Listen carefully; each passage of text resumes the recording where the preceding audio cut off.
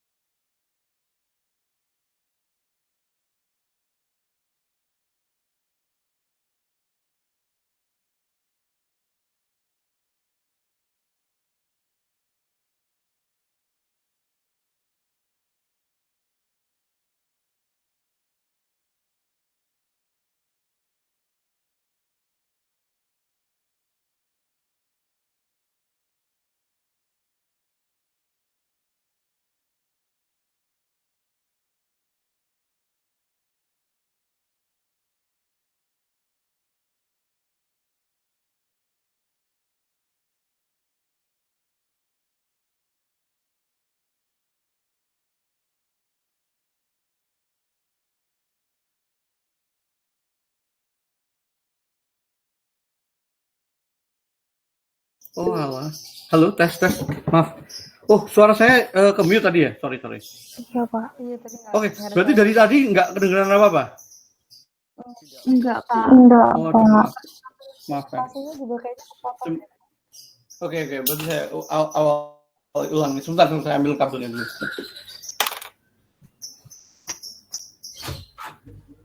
Nah, beli lagi.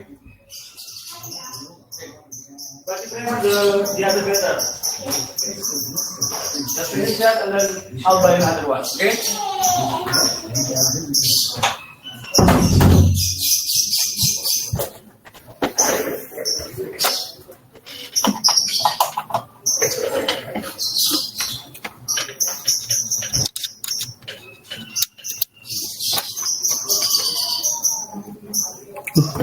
Halo, tes. Oke. Ya, suara saya sudah jelas, kedengeran sekarang? Baik. Sudah, Pak. Siap, sudah, Pak. Sudah, Pak. Oke, ya. Terima kasih. Oke, kita kembali ke. Oke, nah kalau kali ini kita diskusi tentang, kalau kemarin kita bicara masalah tentang core process dan teman-temannya, kita bicara masalah bagaimana WP tentang WP itu apa. Kita mengenali anatomi WP. WP itu yang dia proses itu apa, yang dia lakukan itu apa. Termasuk hal yang mengaruhinya, termasuk pilihan-pilihan proses yang dilakukannya. Kalau kemarin kita bicara masalah manajemen proses itu adalah tentang milih, misalnya apakah mau diproduksi sendiri atau dialihdayakan, termasuk tentang apakah barang tadi mau dibeli dari luar negeri atau dari dalam negeri, ada banyak pertimbangannya. Nah, termasuk apakah orang-orangnya akan kita hire atau akan kita menggunakan alih daya, itu juga termasuk pilihan dari proses tadi.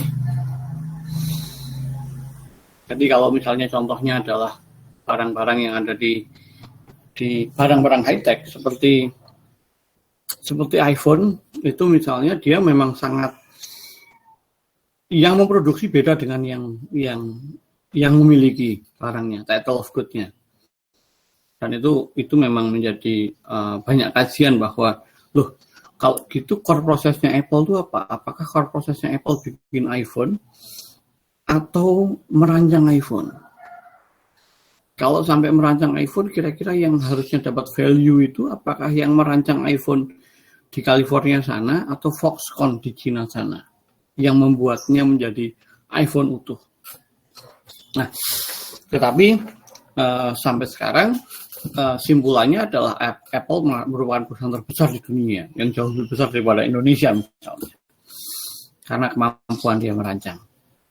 Nah, definisi proses bisnis seperti yang kita diskusikan minggu lalu adalah rangkaian aktivitas yang terukur dan terstruktur,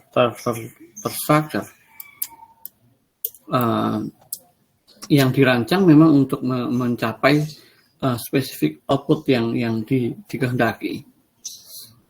Nah, dari sini kita bicara masalah bahwa proses bisnis itu merupakan set of activities, rangkaian aktivitas. Jadi bagaimananya, tentang bagaimana hal tersebut dicapai, bagaimana hal tersebut dilakukan. Karena itu ini bicara tentang ada apa yang digunakan untuk memperolehnya, proses yang dilakukan, dan apa yang akhirnya dihasilkan. Jadi itu proses bisnis. Kalau definisi yang lalu kita diskusikan dari Davenport. Nah, kalau kita bicara tentang input itu adalah semua hal yang kita gunakan dalam melakukan proses bisnis. Jadi ada input yang berupa bahan baku, ada input yang berupa labor, ada input yang berupa teknologi, ada input yang berupa informasi. Jadi ketika misalnya sepeda ini, misalnya kita contohkan Brompton. Brompton itu kita bayangkan bahwa sebagai handmade bicycle, Jadi apa informasi yang diperlukan? Apa barang-barang yang diperlukan? Di mana barang-barang tersebut dihasilkan? Apakah bahannya itu merupakan bahannya Brompton semua atau merupakan bahannya sebelahnya, misalnya?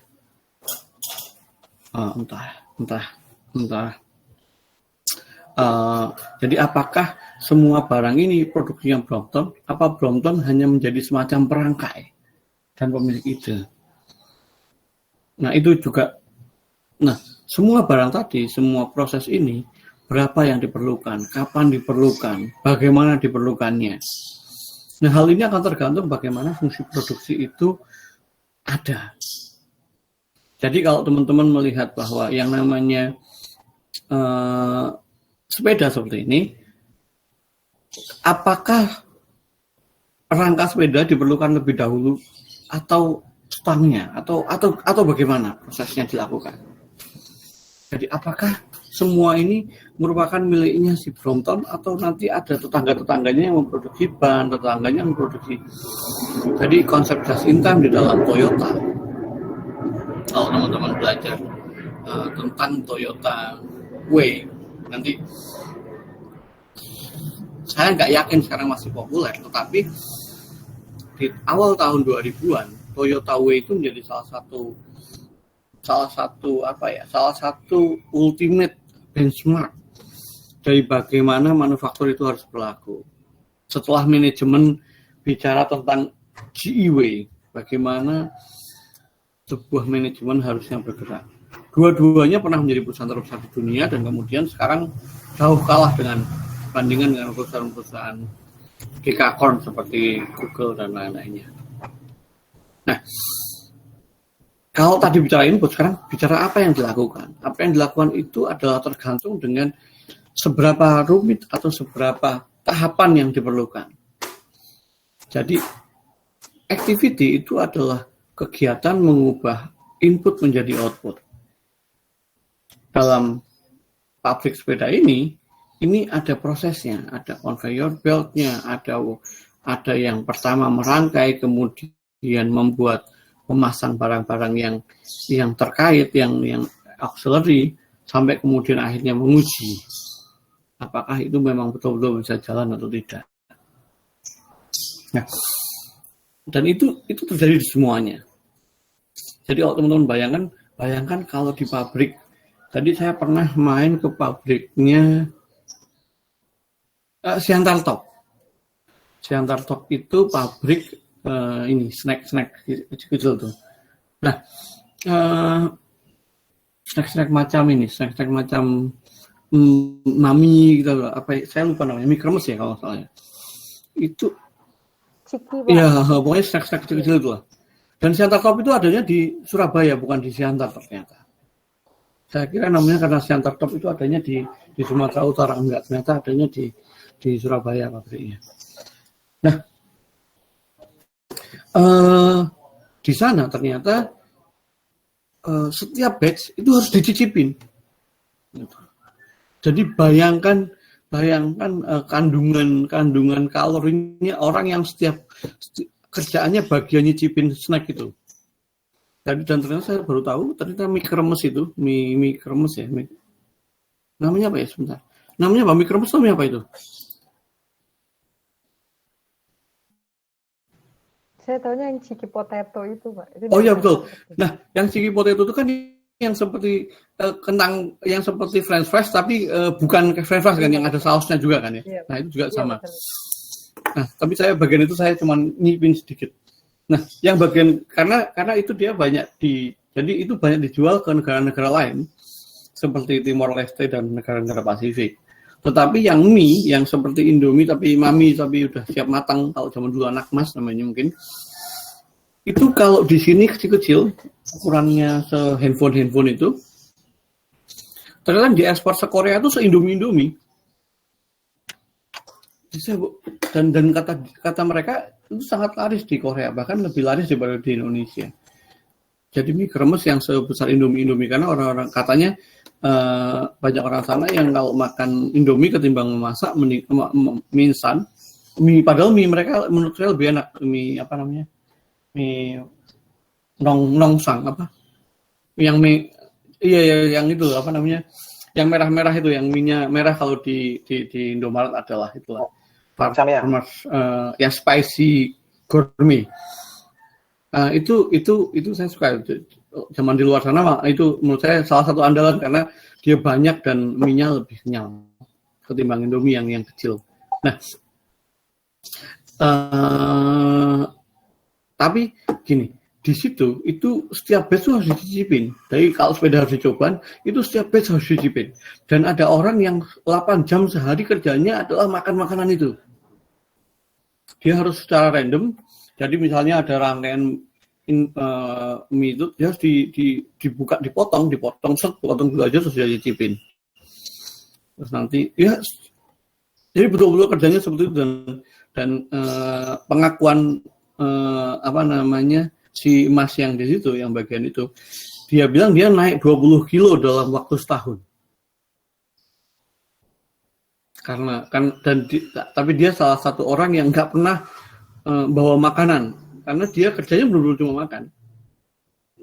Jadi ada beberapa lain dia datangin, satu lain mie, terus lain yang tadi ciki dia datangin, terus dia harus 8 jam dia makan terus-terusan. Karena dia memang dialah yang harus tahu rasanya seperti apa. Jadi kalau ternyata menurut dia jadi kentang cikinya itu keasinan, itu satu batch batal. Satu batch batal, nanti dibuka dari plastiknya, terus kemudian dibagi-bagi. Jadi itu kerjaan di activity. Nah, kemudian kita ngomongin tentang ini, teman-teman bisa ngelihat videonya di sini di Khan Academy. Nah, kalau kita bicara tentang proses production function, itu tentang input yang diubah dengan fungsi menjadi output.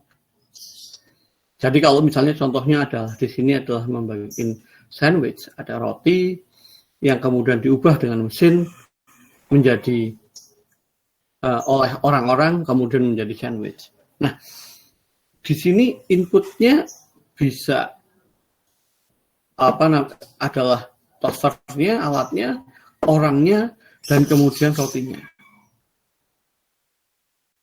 Nah, kalau satu orang ternyata bisa menangani 4 toaster, maka 60 worker ini kebanyakan.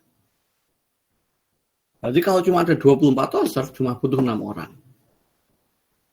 Jadi dari sini kita bisa bayangkan, oh ternyata WP itu tidak efisien. Oh WP ini kebanyakan pegawai. Karena mestinya pegawainya nggak perlu sebanyak ini. Nah, karena itu penghitungan input itu juga berguna ketika teman-teman ngomongin tentang WP. Jadi misalnya ketika ada WP yang kayak contoh saya misalnya yang kayaknya masih tentang pupuk.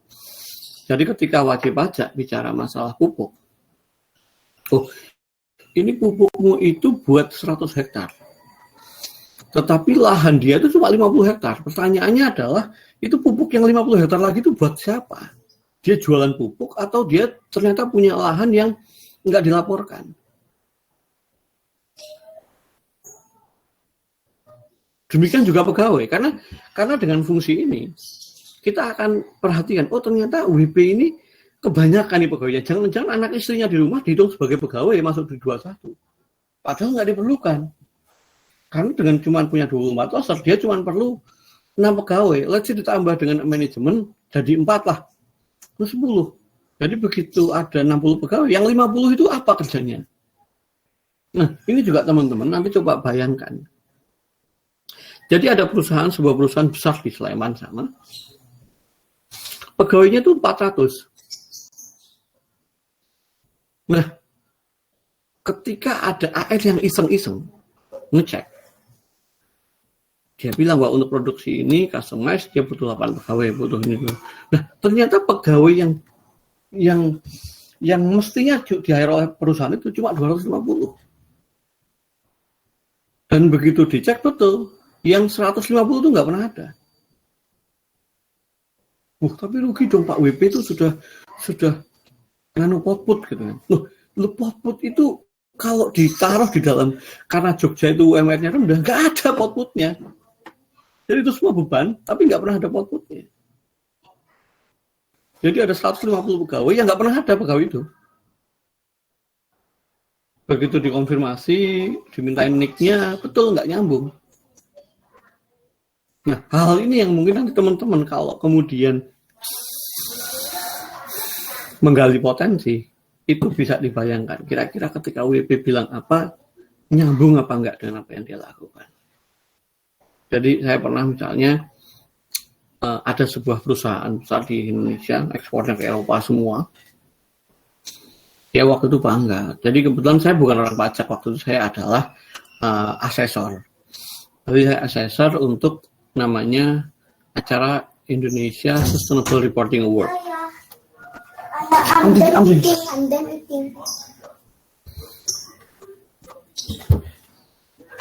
Nah, ternyata itu Indonesia Sustainable Reporting Award. Dan karena saya jalan ke sana ke Pangkalan Kerinci, kemudian dicek, dan dia bangga bahwa apa namanya that we only utilize our half of our forest concession. Jadi mereka itu cuma pakai setengah dari konsesi hutan. Dan itu pun setengah itu mereka tanami dengan baik. Jadi mereka pakai kayu eukaliptus untuk membuat pulp. Setengahnya. Kenapa? Karena setengah sisanya kami biarkan menjadi hutan tropis, hutan tropis yang di sana ada harimau-harimau. Jadi kami nggak mau ganggu harimau, karena itu kami meskipun kami punya 1.000, tetapi kami cuma gunakan 500. Nah, waktu itu saya sedang D4. Jadi tapi kan saya tetap fiskus. Saya agak bingung. Loh, terus PBB-mu gimana? Oh, PBB-nya dia dapat pembebasan atas setengahnya tadi. Sampai itu tambah pusing. Loh, terus saya hubungkan dengan produksi dia. Loh, ketika misalnya 1.000 produksi dia yang dia gunakan cuma 500, produksi dia itu 1.500.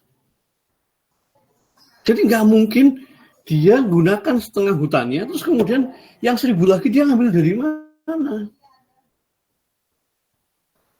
Jadi waktu saya tanyakan, terus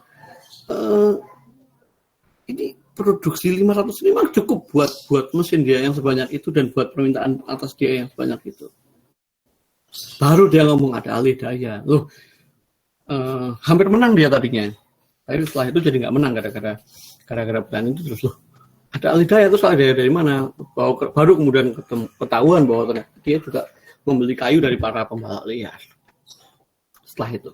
Nah, production function ini menjadi penting ketika teman-teman memahami WP itu bagaimana. Ya, silakan. Iya, share. Oh, nggak kelihatan ya? Oke, yaudah, nggak itu. Barusan sebentar ini. Oke, thank you. Nah, ya.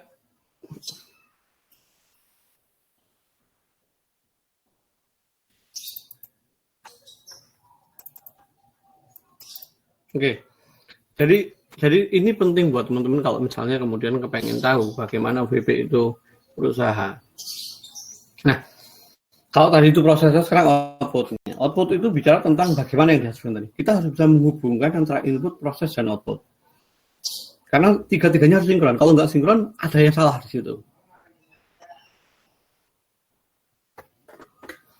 Itu sih pesannya. Nah, dari sini teman-teman juga bisa bayangkan ada input-input yang increasing return to scale, ada constant return to scale, ada decreasing return to scale. Jadi ketika tadi ada pegawai 6, mestinya dia udah nggak perlu pegawai lagi karena nambah pegawai itu decreasing return to scale, nggak ada gunanya buat penambahan output. Karena output tadi sudah dipicu maksimal penggunaan si toaster. Nanti ada titik-titik di mana kalau nambah input akan nambah output lebih banyak. Jadi misalnya ke dalam konteks ini, ketika nambah toaster, inputnya akan nambah lebih banyak daripada tambahan inputnya. nanti ada titik juga di mana constant reduced scale, misalnya breadnya. Jadi bread itu akan relatif constant reduced scale. Kenapa? Karena dia tidak akan kemudian menjubah menjadi lebih banyak. Contoh lain dari konsep ini adalah ketika teman-teman main ke rumah makan Padang atau warteg lah, tentang telur dadar dan telur ceplok. Telur ceplok itu pasti constant reduced scale. Sementara telur dadar itu tergantung kemampuan si pembuat telur dadarnya.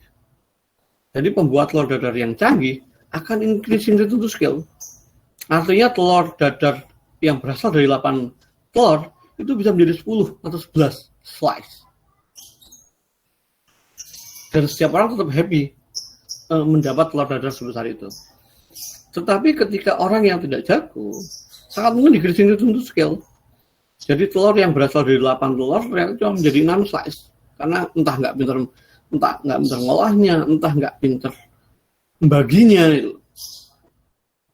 Atau nggak pintar memasaknya, jadi prosesnya berantakan, jadi akhirnya yang bundar cuma sedikit. Nah, hal ini yang kemudian berpengaruh kepada apa-apa yang berpengaruh kepada mereka. Jadi bagaimana tentang orang, teknologi, dan informasi akan berpengaruh kepada hasil output tadi. Jadi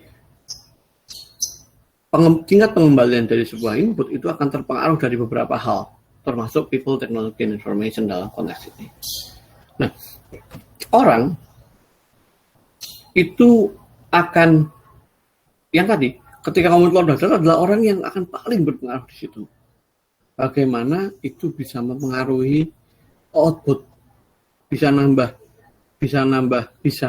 memperbaiki proses. Dan karenanya outputnya lebih baik. Di sini knowledge itu menjadi bagian dari input. Jadi tidak sekedar orang yang tidak jam kerjanya, tetapi juga ada tambahan kemampuan. Jadi saya pernah gitu. Waktu itu saya bekerja di pom bensin di Inggris. Itu saya junior, jadi saya sangat tidak capable untuk handle kerusuhan. Ketika salah satu mitra kerja saya yang handle, jadi saya udah ada apa-apa saya terus telepon, entah telepon polisi atau telepon security. Dia orang Pakistan, lebih kecil, tapi karena dia memang punya penguasaan yang luar biasa akan Medan, dia kemudian bicara bahasa Pakistan, entah saya nggak tahu apa artinya, dia teriak seperti itu, dan kemudian orang-orang yang rusuh takut. Dan ketika saya tanya artinya, itu apa artinya? Nggak ada, itu cuma saya ngomong aja. Dan mereka takut kalau saya teriak lantang pakai bahasa yang mereka nggak tahu. Oh, saya nggak kepikiran konteks itu. Tetapi kemudian dia yang ajarin. Nah, orang-orang seperti itu akan mempengaruhi bagaimana proses itu dilakukan. Bagaimana, jadi people itu akan itu bisa meningkatkan input, atau sebaliknya seperti yang saya lakukan itu meningkatkan proses itu, bikin lama, karena jadi kalau undang polisi jadi nanti ada BAP, ada apalah panjang. Jadi di sana itu sering banyak orang mabuk atau banyak orang yang nggak mau bayar atau apalah. Nah, itu the skill and knowledge constitute additional input. Nah, misalnya ini terkait dengan orang-orang, terkait dengan teknologi. Input ini kalau teman-teman lihat Jidoka, ini contoh yang gampang itu tukang parkir. Jadi kalau teman-teman suka main ke Bintaro Plaza, itu tumbuh dari mulai, saya nggak tahu kalau mungkin teman-teman mungkin dari pertama sudah nggak ada tukang parkirnya ya. Dulu itu tukang parkirnya itu ada 2, di depan dan di belakang. Jadi saat masuk kalian dapat kasih parkir dari tukang parkir, saat keluar dapat tukang parkir dari tukang parkir. Terus kemudian pelan-pelan masuk itu udah nggak ada tukang parkir lagi. Jadi masuk itu sudah pakai mesin. Nah, sekarang itu di beberapa mall seperti Lipo Mall Kemang atau saya lupa yang keluar gitu lagi di mana ya. GI masih ada orangnya. Sensi masih ada orangnya. Yang saya ingat di Pomal Kemang, itu seperti di luar negeri, nggak ada orangnya saat keluar dan masuk. Jadi masuk kita sudah pakai mesin, keluar pakai mesin. Nah, kalau kalian bayangkan dari sisi ekonomi, gila, berarti pendapatan per kapita orang di dalam mall itu naik 2 kali lipat, begitu hilangnya setengah. Karena orang yang menghasilkan berkurang. Jadi begitu dibagi, jadi banyak dong. Nah, itu juga yang berlaku di banyak hal. Jadi akhirnya mesin yang jalan. Dan begitu pembagi lebih dikit ya udah lebih banyak. Atau tol, kalian mungkin tol itu dulu itu ada orang di depan, ada orang di belakang. Ketika akhirnya pakai kartu, ya udah hilang. Orang hilang. Jadi sekarang berapa mesin, berapa itu para nanti masih tahapan di sini, tahapan di yang tengah. Ada orang-orang yang mengasih beberapa mesin.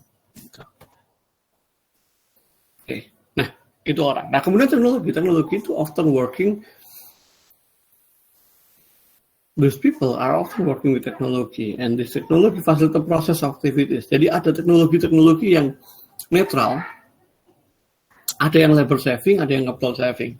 Netral itu artinya teknologi tadi memastikan bahwa proses tadi ya memang cuma lebih baik, tetapi dia tidak labor saving untuk capital saving.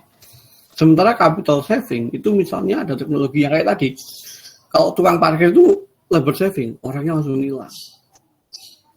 Capital saving gimana ya tadi, misalnya mesin cetak atau apa. Jadi ada banyak dulu teknologi menjadi sangat mahal. Misalnya capital saving itu adalah ini IT kantor.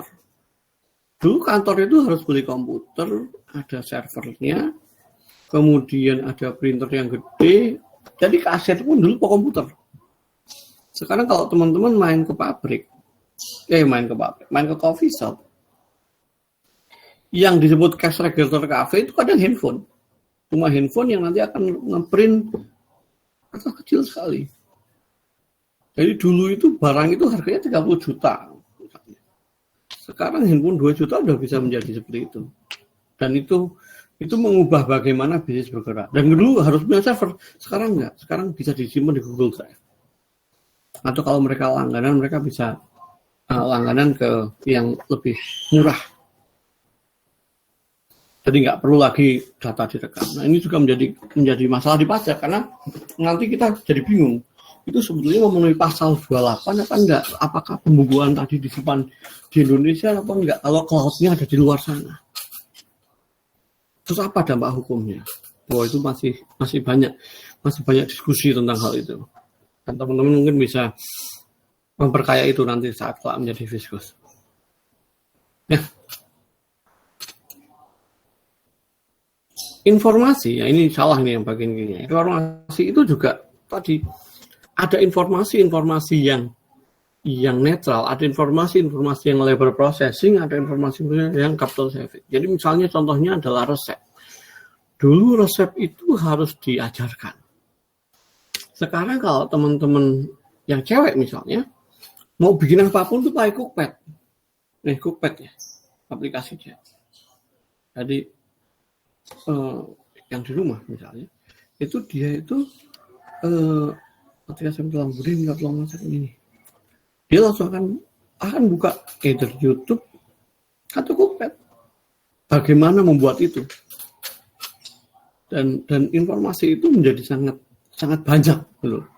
Apa-apa yang dulu nampak susah diperoleh, dulu beberapa ibu-ibu mungkin akan mencatat atau memotong halaman resep di koran Nova atau dulu ada beberapa koran Nova, Wanita Indonesia, Saji ya.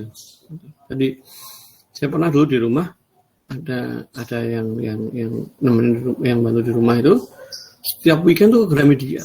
Tadi saya kira ini anak rajin banget gitu. Karena memang sekolah apa namanya masih kejar Pak C waktu itu. Cuman kalau kamu butuh buku buat sekolah ngomong nanti tak beliin ya bilang gitu. Tapi enggak, ternyata usut lah saya minta kamu ngapain bisa nyatet, terus saya bisa tanya dia nyatet resep karena waktu itu kebetulan saya hidup dengan adik saya saja waktu saya kuliah di Empat, saya hidup dengan adik saya dan ada dia yang ngurusin rumah. Jadi apa-apa tuh adik itu yang ngurusin semuanya. Jadi kami tahunya cuma uang segini, jadi dia yang mengelola menu dan teman-temannya. Itu ya tadi ternyata dia mencatat termasuk arranging menu, menyusun menu. Itu dia belajar dari Gramedia. Dia lari ke Gramedia Bintaro hanya untuk nyatat itu. Salut sekali saya itu effort yang luar biasa. Tetapi di situ informasi, dan informasi itu akan berguna kalau tadi digunakan oleh orang yang tepat. Karena kalau saya yang ke Gramedia misalnya, ya kemudian saya akan menamatkan long human gitu, atau komik yang saya nggak tahu kalau sekarang komik zaman sekarang nggak tahu saya sekarang komik zaman sekarang. Saya sukanya manhwa soalnya. Jadi begitu teknologi tadi digunakan oleh orang yang tidak seberguna itu, misal seperti saya ya tadi nggak akan ngasih nilai tambah pada proses masak gitu, karena nggak akan saya capai. Mungkin itu sih. Nah, sebentar. Ya, oke, itu aja sampai sini. Ada pertanyaan teman-teman? Bismillah. Pak izin bertanya, Pak. Ya, silakan Rizka. Kalau di aktivitas itu kan ada sebuah aktivitas yang kadang-kadang dia tidak dimasukkan ke dalam SOP perusahaan ya Pak. Ya. Misalnya saya mengambil contoh ada sebuah perusahaan manufaktur di mana dalam pengolahan limbah itu sebenarnya dia mengolah limbah itu untuk menjadi sebuah produk dan produknya itu akan dijual, tetapi yang ditulis di SOP atau aktivitas perusahaan itu hanya yang pengolahan limbah aja, tidak dengan penjualan limbah. Lalu ada nggak sih Pak cara-cara dari Fiskus untuk mengatasi potensi pajak yang kemungkinan hilang dari aktivitas ini? Oke, baik. Nah, justru itu pentingnya kita memahami input proses output. Jadi ketika bilang pengolahan limbah, yang perlu kita tanyakan itu limbah itu diolah jadi apa? Limbahnya ngolahnya pakai apa? Terus jadi apa ujungnya? Jadi misalnya di dalam tambang panas bumi. Panas bumi itu air yang digunakan untuk memanaskan uap yang memanaskan itu air yang berasal dari sekitar 2 kilo atau 3 kilo di bawah permukaan laut, di permukaan bumi. Karena itu air tadi mengandung sangat banyak mineral yang berbahaya kalau dimasukkan ke dalam air tanah. Jadi begitu air tadi digunakan, air tadi harus dinetralkan mineralnya untuk kemudian disuntikkan kembali. Nah, pertanyaannya adalah, terus kalau air tadi nggak aman, terus diapain gitu kan? Nah, ada dua yang bisa dilakukan. Pertama, memisahkan antara air dengan mineralnya, yang itu mahal. Yang kedua adalah memasukkan air ke dalam sumur yang sama dalamnya. Jadi limbah dari air tadi, itu harus dimasukkan ke dalam kawah panas bumi yang sama. Tetapi nggak boleh di kawah yang sama persis, karena kalau kawah yang sama persis itu air dingin masuk, ya panas bumi yang di dalamnya mendidih yang suhunya berapa ratus, bisa berkurang suhunya. Turbinnya nggak muter nanti jadinya. Nah,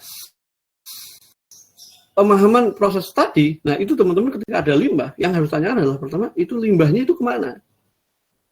Jadi apa? Diolah menjadi apa? Apakah cuma menjadi air yang tanpa limbah? Atau berubah menjadi sesuatu? Itu pertama. Jadi yang kedua, alat buat ngubah itu apa? Jadi nanti selain gaya juga ada yang silakan. Contoh lain misalnya ketika pertama, jadi kalau teman-teman lihat perkebunan sawit atau pertambangan, itu kan pasti merusak pohon nih. Ada pohon ditebang. Kadang-kadang yang kita lihat cuma biaya tebang pohon. Padahal biaya tebang pohon itu nggak mungkin ada kalau nggak ada pohonnya. Dan pohon itu nggak ada yang gratis. Kan pertanyaan kemudian, ini waktu itu agak lucu. Sebuah perusahaan itu biaya tebang pohon cuma 100. Padahal perusahaan lain itu yang sejenis itu biaya tebang pohonnya 1000. Nah, usut ternyata dia ngitungnya begini. Biaya nebang pohon 1000 dikurangi pohon yang terjual 900. Lah, ya jelas aja jadi cuma 100 yang lain. Mas, wah, udah gitu AR-nya waktu itu bangga. Wah, Pak, ini efisien, Pak. Jadi biaya nebang pohonnya jauh di bawah rata-rata industri loh. Jadi waktu itu pas kita ditanyain itu, lah, pohonnya kemana? Mahasiswa dia baru ngomong, oh ya nggak ada pohonnya. Ternyata beda gitu. Padahal itu pohon adalah objek pajak tersendiri. Nah itu teman-teman mungkin bisa gali dari situ. Artinya ketika ada proses, kita harus lihat prosesnya apa, inputnya apa, outputnya apa. Jadi tidak ada biaya yang melulu biaya. Dan karena bahkan biaya pun tadi, jangan-jangan itu merupakan objek pajak dari pajak yang berbeda. Itu merupakan bagian dari pajak. Jadi kalau teman-teman lihat nanti setiap proses itu pasti ada subjek pajak dan objek pajak berbeda dan bisa kita bandingkan. Jadi misalnya catering gitu. Wah itu kelihatan sepele, tetapi begitu teman-teman gali ternyata itu banyak aspek pajak yang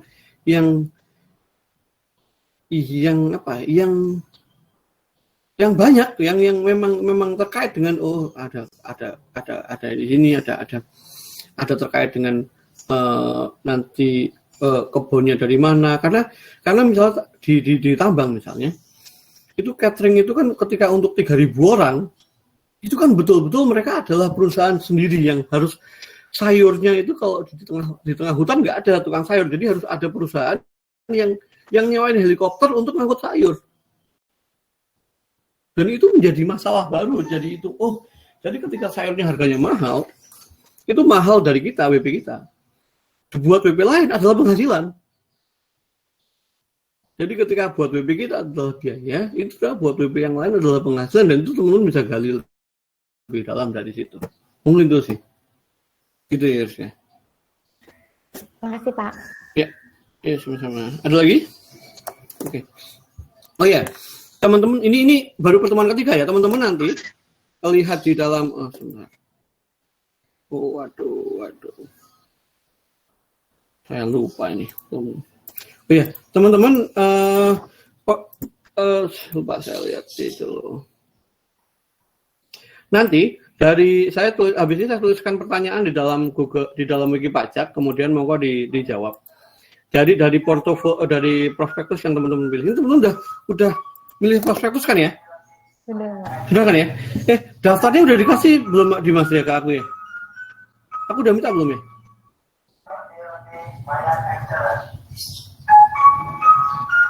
Atau yang dari Wiki Pajak ya? Aku udah buat sebelumnya, tapi nanti coba aku cek lagi. Nah, dari prospektus yang teman-teman pilih itu ada 2 pertanyaan. Pertama, apa input, apa proses, dan apa output yang diperoleh dari WP tersebut, dari perusahaan tadi. Tentu yang core ya. Jadi kalau ternyata teman-teman ada prospektus yang holding, nah holding itu core-nya adalah investasi. Gitu. Tetapi teman-teman bisa pilih salah satu dari bagian dari itu, entah manufakturnya atau jasanya, tergantung teman-teman. Apa input, proses, dan output dari kegiatan WP. Yang kedua, dalam konteks jenis usaha WP, kira-kira WP itu teknologinya itu bagaimana? Seberapa besar teknologi itu mempengaruhi output perusahaan teman-teman? Itu pertanyaan. Tapi tadi saya akan tulis ulang di dalam Google, di dalam Wiki Pajak pertanyaannya. Oke. Ada pertanyaan teman-teman? Izin bertanya Pak. Silahkan. Ya. Boleh bertanya terkait perusahaan jasa? Ya. Tadi kan kalau dijelaskan terkait dengan ini ya Pak, perusahaan manufaktur. Nah ini saya tuh masih bingung terkait dengan input, aktivitas, dan output apabila itu dia perusahaan jasa. Misal dia event organizer mungkin ya Pak. Dia inputnya itu idenya atau mungkin bahan-bahan dasar untuk pembuatan dekor itu atau apa. Kemudian untuk outputnya itu entah kepuasannya atau mungkin hasil dari dekornya atau apanya gitu Pak. Nah mungkin kalau misal rumah sakit itu orang yang sakit atau mungkin obatnya atau mungkin ilmu dokternya, kemudian untuk outputnya itu orang sembuhnya atau bagaimana, saya masih masih bingung terkait itu Pak. Makasih. Oke, baik. Nah, kalau saya bicara masalah IO mungkin jadi pas itu kuncinya. Jadi mungkin gini, saya mau membandingkan sama teman-teman dengan konsep jasa yang sudah kita omongin di dalam pertemuan kedua ya kalau misalnya. Jadi Kalau teman-teman pesen bebek kaleo di sektor 7 lewat GoFood, kira-kira ada 2 perusahaan yang terlibat di situ. Pertama adalah si bebek kaleo-nya, perusahaan manufaktur yang mengubah bebek. Kaleo itu bebek atau ayam ya? Okay. Bebek, Pak. Bebek, Okay. Pak. Oh iya, bebek. Bebek kaleo itu mengubah bebek hidup menjadi bebek goreng, itu manufaktur. Yang kedua, kemudian bebek manufaktur tadi itu adanya di sektor 7. Sementara kos-kosan kalian adanya di Kalimangso. Nah, dari Kalimangso itu bagaimana cara bebek tadi berpindah? Apa yang dilakukan? Yang dilakukan oleh Gojek itu adalah aplikasinya akan meminta orang yang menjadi mitra Gojek untuk mengambil bebek dari sektor 7 dan membawanya ke Kalimangso. Nah, inputnya apa? Inputnya ya tadi. Inputnya adalah ada mitra bawa motor datang ke sana. Prosesnya apa? Prosesnya adalah proses datang tadi, kemudian membawanya ke Kalimangso dan menyerahkan ke kalian. Teknologinya ada di aplikasi. Core bisnisnya Gojek adalah aplikasi resource management. Bagaimana mengalih-alihkan. Tetapi jasa yang diberikan adalah tergantung tadi konteksnya. Ada jasa buat nganterin dan seterusnya. Jadi itu kalau GoFood ya. Jadi ada jasa yang diberikan, ada kegiatan yang dilakukan. Nah, inputnya apa? Kalau misalnya IO ya sama. Input dari IO itu apa sih yang dia perlukan? Jadi kalau teman-teman nanti lihat di SPT, HPP-nya pasti 0. Kenapa? Karena kita tidak terbiasa memasukkan itu menjadi harga pokok. Kita masuk ke dalam bawahnya. Biaya-biaya dan seterusnya. Di dalam SPT ya, nanti teman-teman lihat deh. Kalau misalnya lihat SPT yang menjadi berbeda. Jasa itu gitu. Tetapi poinnya adalah di dalam konteks proses bisnis, kita harus membayangkan kira-kira apa yang paling mempengaruhi usahanya WP. Apa yang menjadi dasar WP itu untung apa enggak untung. Apa yang mempengaruhi customer-nya. Itu core prosesnya. Nah, output adalah apa yang diterima customer-nya. Yang diterima customer GoFood di Kalimangso adalah bahwa ada bebek yang pindah dari sektor 7 ke Kalimangso tanpa dia harus ngapa-ngapain selain bayar ongkir. Itu jasanya. Jadi aspek pajaknya apa ya tadi? Itu tergantung kalian akan melihatnya nanti kira-kira apa yang bisa digali dari situ. Nah, IO juga sama. Mengubah apa menjadi apa. Itu sih. Menjelaskan atau tambah bikin bingung? Misalnya asuransi, teman-teman. Gimana? Ya, lanjut. Menjelaskan sih, Pak. Cuman kalau misalnya realnya tuh dia inputnya gimana sih, Pak? Contoh realnya gitu loh. IO tuh jadi dia dalam bentuk aktivitas ya, Pak, untuk inputnya? Atau bagaimana? Jadi banyak bisnis jasa itu sebetulnya adalah demand based. Jadi mereka itu ada kekosongan, ketika gini misalnya IO itu adalah salah satu kegiatan, jasa itu adalah banyak demand base-nya. Jadi ada kegiatan-kegiatan yang menjadi kosong. Sebetulnya itu bisa dilakukan sendiri. Dulu sekali nggak lazim kegiatan bernama IO. Kalau kantor mau bikin ulang tahun, ya ulang tahun lah gitu. Kalau ada orang nikahan, ya nikahanlah sendiri. Nanti tetangganya yang kalau di Jawa namanya sinoman yang bantuin masak sendiri, gitu kan?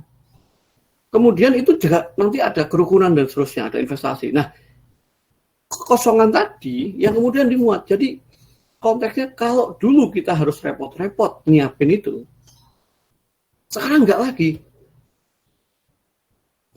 Persiapan tadi itu disiapkan oleh orang lain. Ngurusin ngundang, ngurusin bunga, ngurusin banyak hal itu yang dulu harus kita bayangkan, itu kita bisa delegasikan ke orang lain. Nah, input dia adalah apa yang kita mau gunakan, itu adalah customize. Nah, outputnya adalah kepuasan kita. Nah, ini contoh yang lebih abstrak lagi adalah asuransi. Tapi abstrak tapi bisa dihitung. Teman-teman bisa hitung. Misalnya ketika asuransi, teman-teman bayangkan asuransi kesehatan. Oh, satu orang itu kalau sakit itu butuh biaya 50. Dari 100 orang, itu yang sakit itu 7 biasanya. 7% orang sakit. Karena itu, kalau 100 orang itu bersepakat dalam asuransi, 100 orang tadi akan dimintai uang berapa?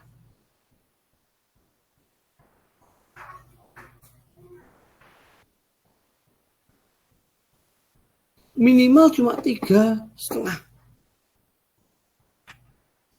Artinya kalau nggak ada biaya IO, kalau semua orang itu sepakat dalam arisan bernama asuransi, maka setiap orang akan iuran 3,5 rupiah, yang akan menjadi 350.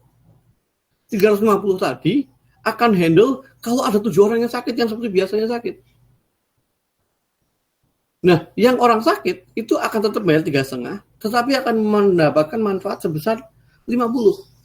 Yang nggak sakit ya 3,5, tapi dapat manfaat bahwa dia nggak ada kemungkinan sakit. Karena kalau sakit ada yang nanggung biayanya. Nah, kerepotan itu diambil alih. Kenapa? Karena jangan-jangan begitu yang sakit 8, yang 100 orang suruh iuran lagi. Dan yang hitung itu asuransi. Nah, asuransi memberikan itu. Asuransi memberikan ruang, oh kalau gitu Bapak begitu 100 orang ini yang akan nanggung berarti kita harus bayar 4. Gitu misalnya. Jadi kalau yang sakit cuma 3,5, cuma 7, si perusahaan asuransi dapat 5, dapat 50. Kalau yang asuransi yang sakit ada 9, ya itu urusan asuransi. Asuransi yang akan handle. Kenapa? Karena tidak cukup duitnya itu. Jadi itu ya jasa itu. Ini abstrak, tetapi teman-teman bisa bayangkan. Nah, nanti asuransi akan membuat gimmick-gimmick lain. Oh, ada asuransi misalnya Sinarmas. Ngasih gimmick. Kalau kamu nggak klaim, maka premium dikembalikan. Gitu kan? Kenapa? Karena premi cuma 3,5. Sementara kalau sakit 50. Gitu kan? Pasti si perusahaan lebih memilih orang-orang yang nggak klaim. Gitu. Jadi dia akan minta seperti itu. Nah, padahal kemungkinan misalnya orang-orang sakit tadi, dia akan, kalau gitu orang akan mencoba, ya udah 3,5 tadi mungkin buat perusahaan menjadi, karena bandingannya dengan angka yang besar. Tetapi kita membandingkan dengan angka yang kecil, angka yang misalnya 3,5 itu buat si pembayar itu besar sekali. Nah, itu kemudian orang-orang, oh ya udah kalau gitu aku bayar 3,5, tapi aku nggak akan klaim. Padahal dengan jaminan dengan keyakinan nggak akan klaim, itu sudah menguntungkan perusahaan juga. Nggak dihitung sebagai penyebut di situ. Nah, hal itu yang kemudian itu jasanya, jasa real dari. Nah, kalau teman-teman terus IO gimana, inputnya apa itu? Ya tadi coba bayangkan teman-teman, kira-kira dirimu lihat proses inputnya apa, prosesnya apa, outputnya apa. Sebelum inputnya adalah tadi bahan-bahan yang dilakukan, apa yang diperlukan. Gitu sih. Gimana Yudiska? Mudah-mudahan sedikit menjelaskan, mudah-mudahan. Iya. Oh iya. Tadi tanya ke Arinta, Pak. Siapa sih? Arinta, Pak. Arinta, ya, terima kasih. Pak. Arinta yang limbah loh Pak. Iya, Arinta yang limbah ya. Thank you. Ya, terima kasih Pak. Iya. Pak, saya boleh izin tanya terkait itu tadi pertanyaan nanti. Silakan. Itu nanti pertanyaan yang di wiki itu kan yang dilempar adalah kita membreakdown input, proses, output. Betul, gitu ya, betul.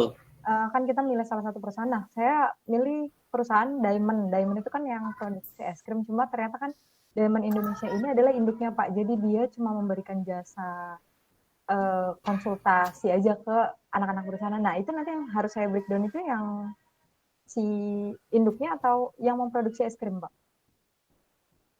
Nah, itu tadi. Jadi kalau kalian mau memahami holding, monggo. Tetapi kalau kalian mau memahaminya WP-nya si Diamond-nya, ya monggo juga. Jadi nanti gini, banyak perusahaan go public yang di go public di bursa itu adalah holding. Tetapi kalau kalian tahu bahwa sebelum dari situ tuh kan bisa tahu sebetulnya core-nya itu yang mana. Jadi siapa sih yang core? Jadi contohnya misalnya Adaro Indonesia. Adaro Energi itu bukan apa-apa. PT Padang Karunia itu bukan yang besar. Yang besar adalah PT Adaro Indonesia yang merupakan perusahaan PKP 2B generasi 1 yang menghasilkan batu bara. Tetapi holdingnya adalah Padang Karunia yang disebut sebagai Adaro Energi. Dia yang mengorganisir Adaro Indonesia sebagai penambang, Sabta Indra Sejati sebagai perusahaan jasa pertambangan dan lain-lainnya. Nah, kalau teman-teman yang lagi membuka prospektusnya Adaro, bisa ngambil Adaro Indonesianya atau bisa membayangkan Adaro Energinya sebagai holding. Jadi senyamannya suci aja. Kalau misalnya nyaman ngerjain Diamondnya ya, mau es krimnya, nggak ada masalah. Itu manufakturnya akan lebih mudah di runtut sebetulnya. Ya kan? Karena si Diamondnya sendiri, si holdingnya sendiri pasti perusahaan investasi sebetulnya. Ya, mungkin itu. Iya. Oke, terima kasih Suci. Terus Ya. saya boleh melanjutkan Ya, Pak? silakan. Ini saya agak penasaran sama ini teknis ininya sih Pak. Bagaimana AR menganalisis gitu ya. Ini kan nanti kan outcome-nya kita harus paham nih kalau nanti jadi AR gimana caranya nemuin tax gap gitu ya, Pak ya. Terkait dengan proses ini nih Pak, memahami proses bisnis, oke, kita udah paham proses bisnis sebuah WP gitu ya. Terus dalam proses menganalisis itu AR nanti minta data ke WPK terkait dengan tadi proses-proses. Nanti kan kalau kita bahas nanti di FD gitu ya Pak, nanti kan perusahaan biasanya punya FD. Itu kita minta atau ada kasus di mana AR yang harus mampu itu membuat DFD itu, maksudnya kira-kira nih apa aja nih gitu prosesnya, atau realnya gimana sih Pak? Saya masih belum paham. Realnya bisa dua arah. Realnya bisa AR meminta WP untuk menceritakan dan kemudian AR menuangkannya dalam DFD. Ada juga WP yang sudah tahu DFD-nya. Jadi itu bisa dua arah. Artinya tergantung kemampuan AR dan tergantung kesediaannya WP. Artinya kalau misalnya gini, ada salah satu AR yang pintar sekali. Angkatan saya, paling luar biasa. Saya juga agak kaget. Dia AR senior lah, sampai kakak dulu selalu menceritakan dia. Nah, kemampuan dia itu ternyata tadi, misalnya ketika ngomongin tentang proses bisnis, dia, Bapak itu proses bisnisnya, ketika WP proses bisnis 8, dia bilang, Bapak kok proses bisnis cuma 3 ya, gitu ternyata. Wah, enggak. Jadi pertanyaan itu bikin WP menjelaskan 8-8-nya. Dan itu memang butuh apa ya? Butuh kalian di lapangan untuk bisa mengetahui kira-kira WP itu butuh direndahkan atau butuh ditinggikan untuk bercerita. Jadi saya pernah ngikutin kegiatan dia dan ternyata dia itu menanyakannya agak merendahkan dan kemudian WP yang dengan gegap gempita menjelaskan panjang lebar bahkan jauh dari pertanyaannya. Atau sebaliknya ada WP yang memang harus dilus-lus untuk bercerita. Jadi ada teman yang sangat eloquent, sangat jadi kaswaskon dan dia sangat pandai menarik hati. Jadi ada WP yang akhirnya berpisah ke DJP. Kenapa? Karena dia merasa induk perusahaannya di luar sana zolim. Oh iya Pak, induk ini enggak ini, padahal kontribusi kami lebih besar. Wah, dia panjang lebar, ya kami SKP gede-gedean. Padahal si WP-nya itu yang menjelaskan panjang lebar. Wah, kami itu fungsinya 1, 2, 3, 4, 5, 6. Loh, tapi kenapa di dokumen cuma 3? Ya ini kantor pusat ini begini Pak. Ini kan kayak gitu. Kan waktu itu ditanya si Kasiwas kan cuma ngomong, fungsional tuh. Ini cuma bilang, loh Bapak ini kayak gini, terus saja Bapak bonusnya lebih rendah dong dibanding teman-teman Bapak yang ada di Jepang atau di Singapura gitu. Oh iya, terus dia akhirnya menjelaskan, harusnya harusnya bonus kami lebih tinggi gitu. Di sana nggak ada apa-apanya. Gitu. Nah, itu tergantung teman-teman bagaimana di lapangan nanti akan ketemu. Nanti kalau ada success story nanti saya share habis ini. Nanti coba saya cerita ada beberapa kisah yang bagus-bagus nanti kan saya share buat teman-teman buat belajar menjadi AR. Mungkin itu. Oke, kalau ada pertanyaan lagi? Terima kasih Pak. Oke, kalau nggak ada pertanyaan, habis ini saya pindahkan ke pertanyaan ke dalam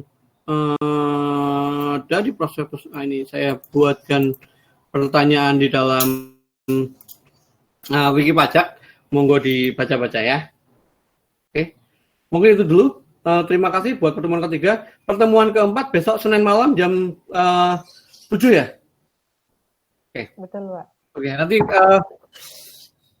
mungkin 7.30 ya. 7.30 saya takutnya belum sampai rumah. Kalau misalnya tapi nanti saya kabarin karena Senin kebetulan saya ngantor. Oke. Mungkin terima kasih itu dulu. Terima kasih, selamat melanjutkan akhir pekan. Assalamualaikum warahmatullahi wabarakatuh. Waalaikumsalam. Terima kasih. Terima kasih.